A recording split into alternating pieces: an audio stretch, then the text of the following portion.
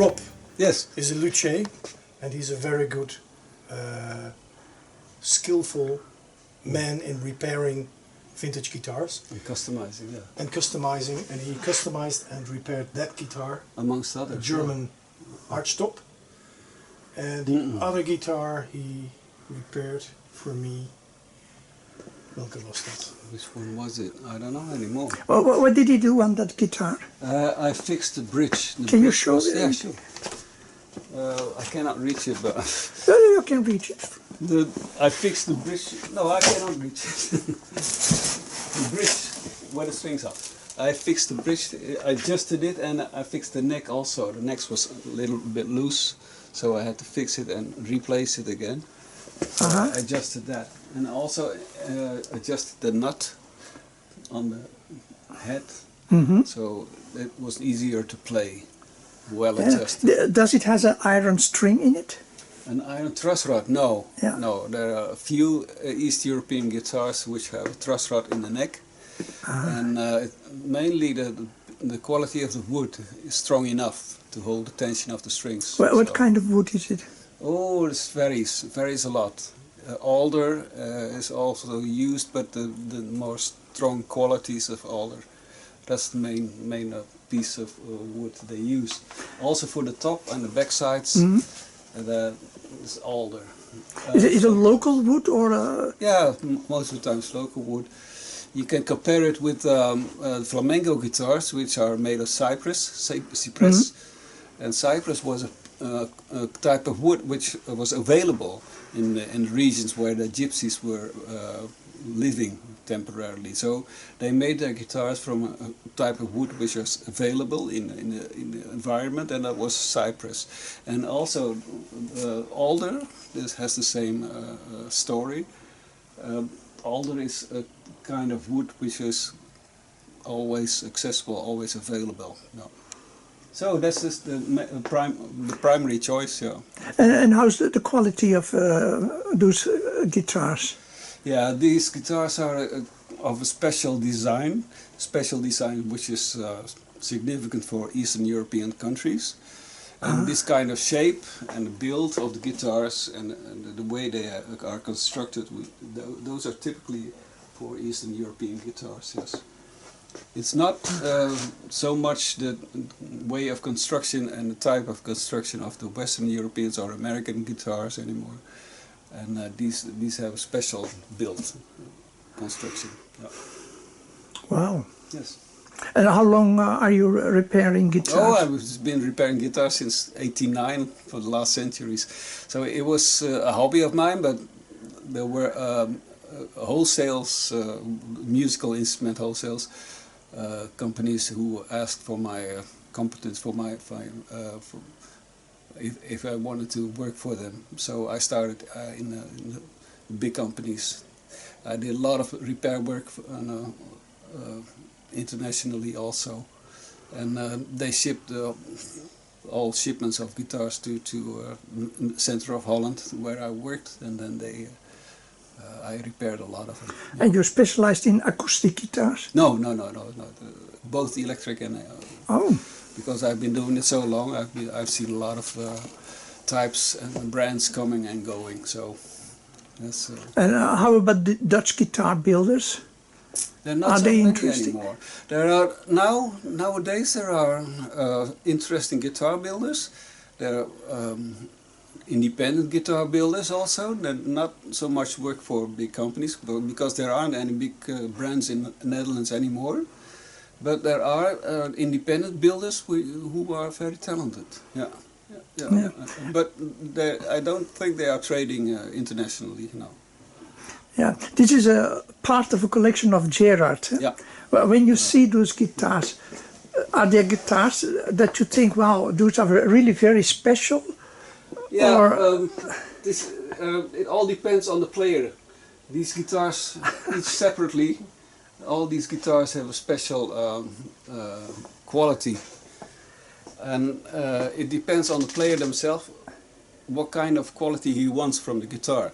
Because there are players who have a strong grip in their hands and they need a guitar who can stand the strong grips. And I there are see. players who have a very subtle touch with their hands, and they need a guitar which is very subtle. And this is a difference. And all these kind of colors of guitars, all these kind of qualities of the guitars are here.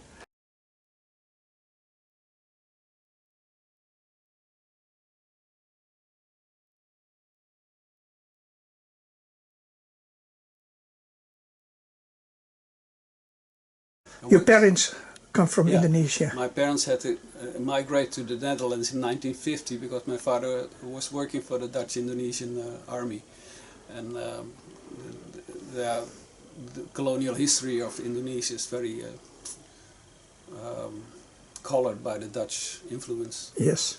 And they did a lot of bad things in Indonesia, which caused my parents to migrate to the Netherlands. They had to flee from Indonesia, but their race is mixed, like I am, a mixed European Indonesian, and they had to start their lives again in the Netherlands from the 1950s. And in those days, the Dutch population, the Dutch people, were not very accepting for foreigners.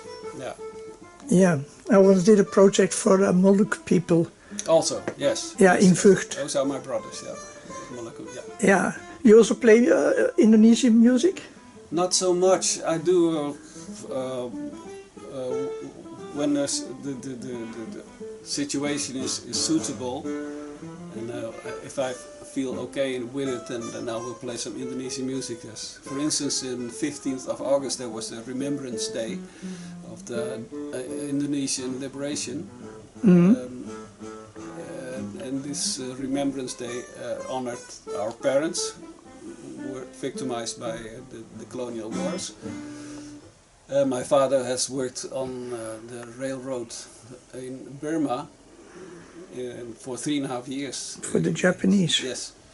And he survived, but a lot of his fellows didn't. So we had a Remembrance Day, and on this Remembrance Day I played a beautiful Indonesian song, yes. Yeah, together with a Dutch song,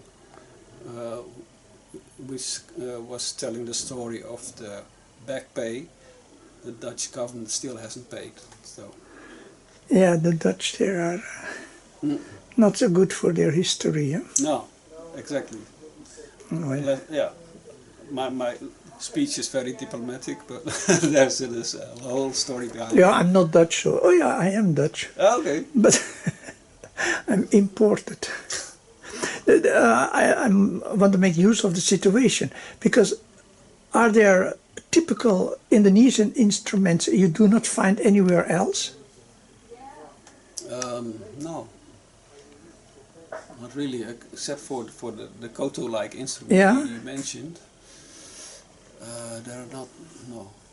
Because now I'm often in Vietnam, and they have the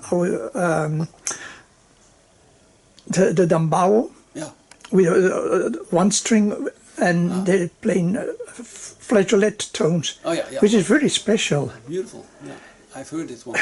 Yeah, it's really very beautiful. They play it very singing-like. Yeah. Beautiful, beautiful.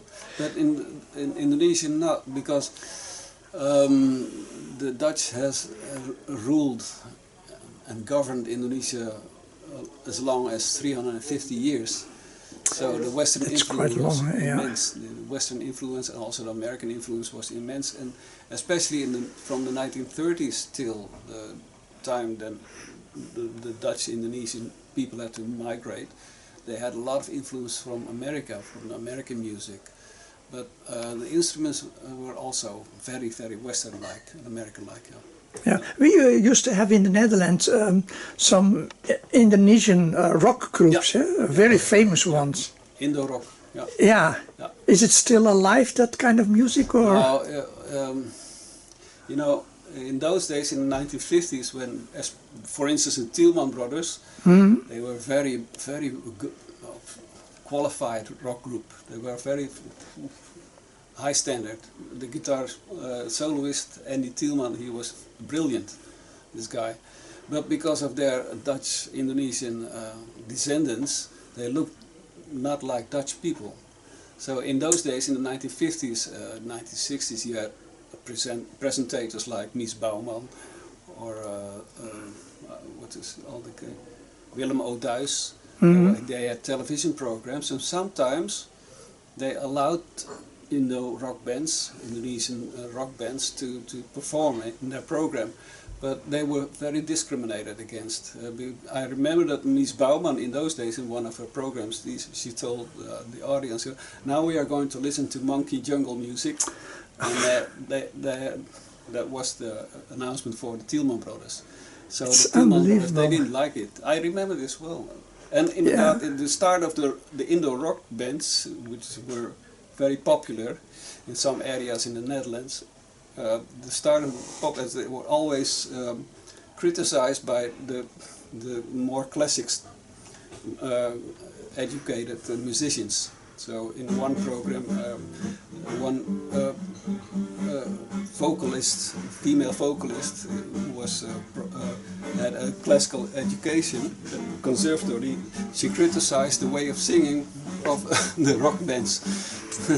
Of course, this is not comparable, the classical training and the way the rock people sing. Different music. Completely different dimension, yes, I remember it. Yeah. Those were those days in the 50s and the 60s, and well, there is a beautiful book which was published by musicologists, and this musicologist was female, and she made a scripture. She made specialized on Indo Rock bands. It was called Rocking Ramona, and she was called Mosterd. She was from the Utrecht University, and that was her final study for being a doctor. And it's still available, the book? I hope so. I have one copy. But she has written a lot of the way that the Indo rock bands were treated, and they were at the start. They were at the beginning of the rock movement in the Netherlands. But it always was associated by the white media and white presentators, always associated with something which is not very sophisticated or had to do with a sort of a drug abuse people and so. But they weren't. They were very nice and talented musicians, really. So they moved elsewhere. They moved to Germany, and in Germany they had a lot of work. A lot of bands from a city like Den Haag, The Hague. They moved to Germany, and they got a lot of work there because the German people, they had a completely not racist approach to those bands. They had to make something good. Yeah, exactly. They knew what it meant to be racist. Yeah, exactly. And in my opinion, if I may say so, because of the 350 years the Dutch governments ruled in the colonies, and not only in Indonesia but also in Suriname, and they had a lot to do with the colonizing South Africa as well, because apartheid is a Dutch word. So, and also their big part in the transatlantic slave trade. They had a long history of treating other cultures and ethnicities as a lower kind of people, and sometimes I believe it's in the Dutch DNA. Sorry. Oh no, because as I said, I often in Vietnam, and I'm reading always how the French were thinking about the Vietnamese, and it's exactly the same. Exactly the same, zeker. Sure. The idea that Western countries had all the culture and everything, and countries with culture dated from 1,000 years ago, at a time that in Europe they were still living in huts somewhere. They had already beautiful buildings in the East. These cultures they had also a religious standpoint which made them feel superior. And also the English in India, and also the English who were mingled with Indonesia as well. But also in countries like Africa, they completely destroyed civilizations there. Yeah, and often Lieve Joris Yes. wrote a book about Congo, Yeah. and she describes very beautiful how young people, by teaching young people, they lost completely the connection with their parents and their grandparents, Exactly. and that's really a disaster. So Africa was divided amongst the Western colonizers like England and France and Spain as well, and Germany and Danish, I believe also. They had all parts of Africa. Yeah. And yeah, King Leopold was famous for brutalizing people of Congo. Yeah, they didn't see African people or Asian people not as people. No, exactly. They were, Yes, yeah. yeah. Yeah. Okay. Yeah, it But went a little bit strange from the guitar. Well, it's Yeah. also music. It's when you put your personality and your experience into music, then you have something special. But that's what we are going to do. Yeah, thank you. Okay. Thank you.